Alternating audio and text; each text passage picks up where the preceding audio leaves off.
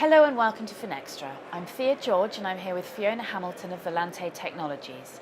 We're at EBAday 2017 in Dublin and we are talking about impressions of the conference. Fiona, thank you for joining me.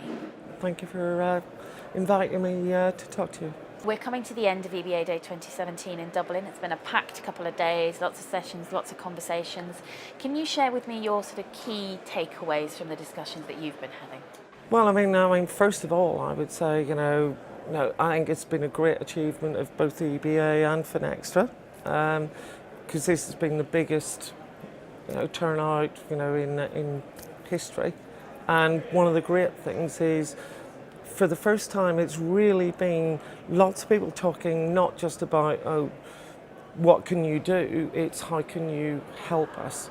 Because I think it's the intersection of regulation like PSD2, open banking, real-time payments adoption, which seems to be changing the focus now to people going, actually, do I just want to do minimal compliance, or do I actually want to embrace this and actually think about how I can do something different? And that's really been the theme of all the conversations we've had this week. Talk to me about some of the opportunities you think this intersection kind of creates for financial services firms.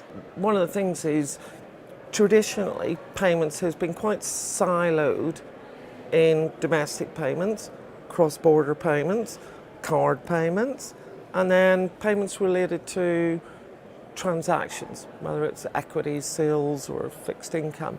And I think suddenly a few of the key banks, I think, are just thinking, hold on a minute, when we transact anything, it's all about the transfer of value, it's all about the transfer of money, and we also have the challenge of, do we want to become a third-party payments provider in a PSD2? So we're seeing a real convergence, and I think a real, I know it's a horrible cliche, but a tipping point where people are just thinking, what other things can we do? If we know that somebody's gone and bought, a bag of crisps somewhere, probably not much.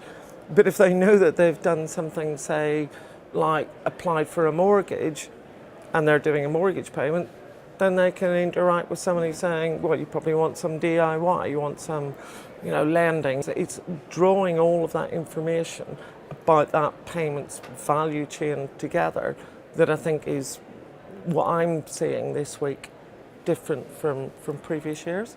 So banks that have had this realisation then that there's this great potential that they can unlock, where do they turn to kind of get the help that they need to do it?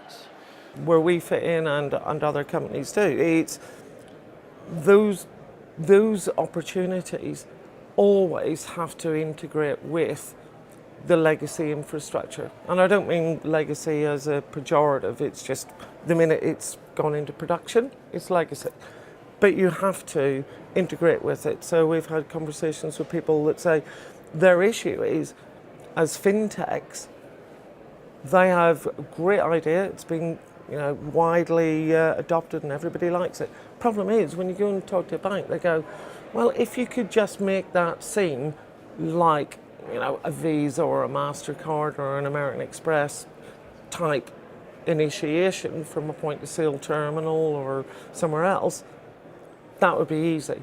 If we have to actually do any work, that's going to be a barrier. So for us, actually a lot of the conversations we've had have actually been about enabling all of that kind of new thinking so that you can make it as painless as possible for a bank to do really innovative things with a fintech.